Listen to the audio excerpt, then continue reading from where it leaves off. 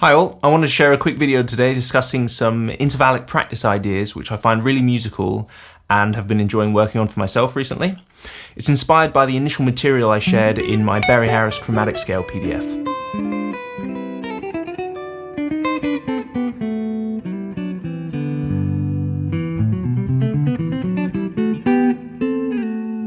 I've put together some cool ideas for using this chromatic scale concept in previous posts, which I'll link below, but what I'm focusing on today is based on the ideas shown on the first page, where it shows examples of practicing a scale in thirds, triads, and seventh chords, but with a chromatic approach note before each one of those cells. Now, I love the practical sound of this, and I find it so much more musical to include chromatic approach notes when playing these types of exercises, as it's a sound that I'll actually want to use within my improvising. So it's definitely worth practicing this way. I particularly really like the example of practicing scales in triads with chromatic approach notes, and that's actually something I wrote a full triad workout on, which I did every day for quite a while. Again, I'll link that workout below as well. But in this video, I wanted to focus on applying the chromatic approach to a two-note cell, just like it was applied to the scale in thirds in the original PDF. But instead of thirds, show how cool it can sound to apply it to other intervals from the scale. So first, here's a C major scale in thirds.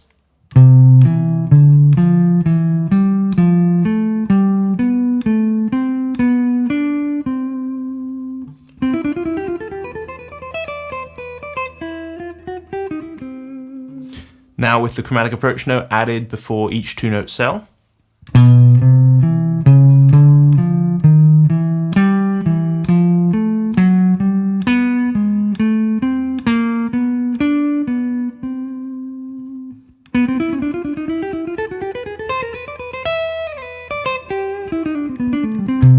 Already what's cool about this is that if we're playing 8th notes or 16th notes, it's going to be an arrhythmic grouping as we're playing a 3-note pattern which doesn't align with the subdivision. So the chromatic approach alternates from being on the downbeat and the upbeat. This helps disguise the pattern and makes it less obvious to the listener. And I also just generally love this sort of modern sound of having the chromatic approach start on the downbeat.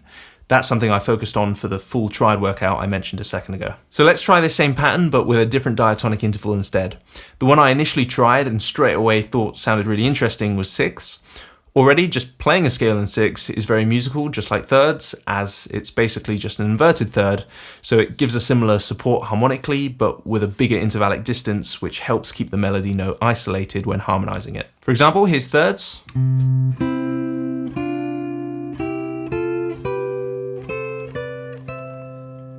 Same thing, but with a 6th harmonized below instead.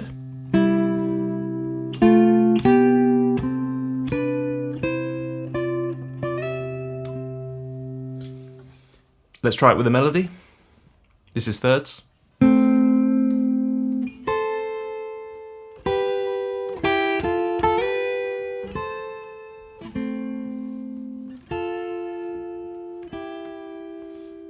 Now 6ths.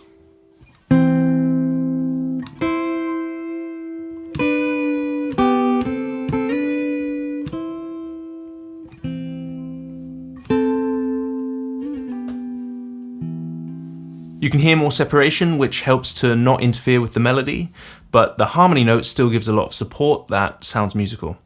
Back to our approach note pattern, here's the 2-note cell scale in 6, in position.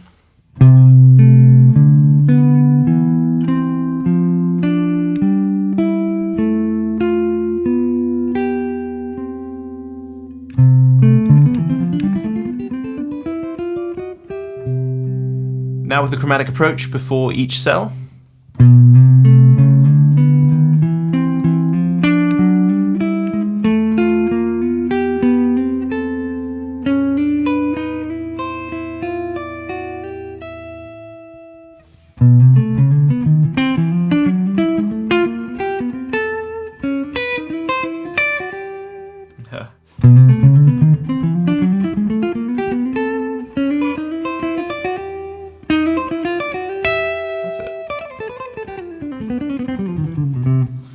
Something like that. So, a really interesting way to move the fingers around when practicing a scale.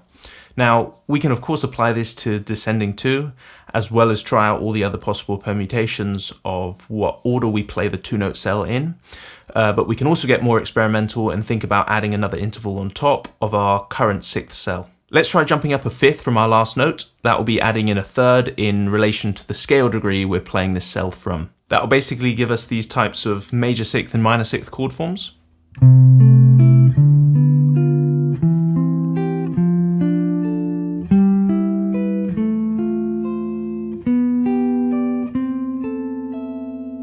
Let's now add the chromatic approach before each 3-note cell.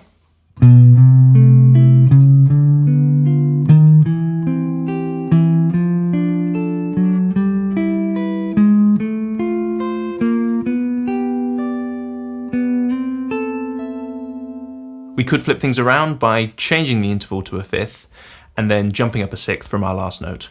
So.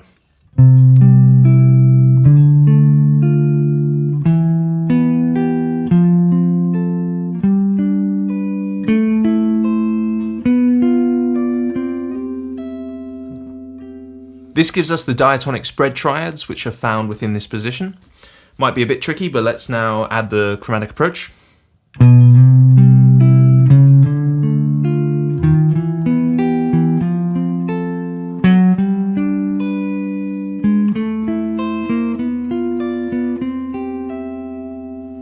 So not too bad.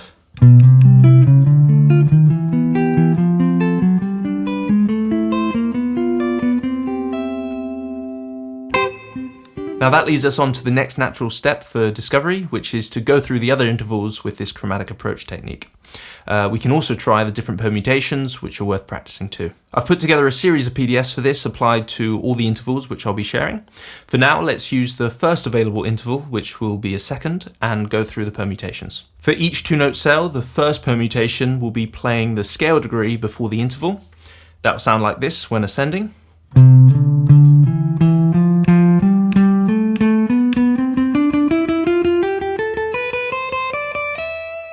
And then like this for descending.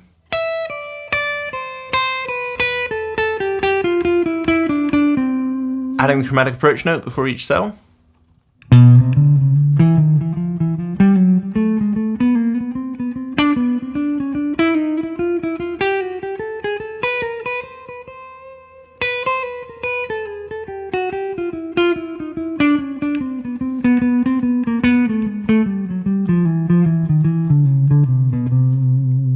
Now the next permutation can be flipping it around so that we play the interval before the scale degree. So that will sound like this.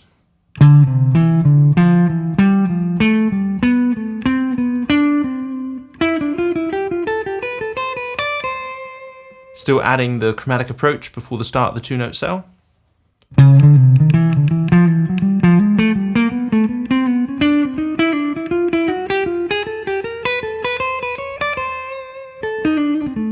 So some really cool sounds.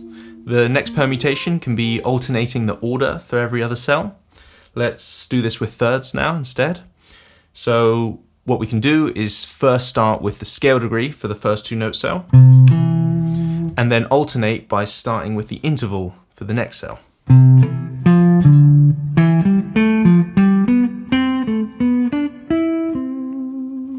When adding the chromatic approach notes for this one, it's nice to use rhythmic placeholders to replace some of the chromatic approach notes, just to avoid consecutive repeated notes. So it could sound something like this.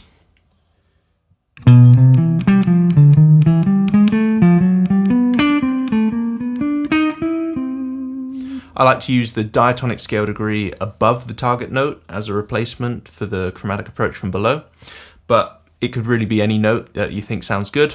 Again, this will all be shown on the PDFs.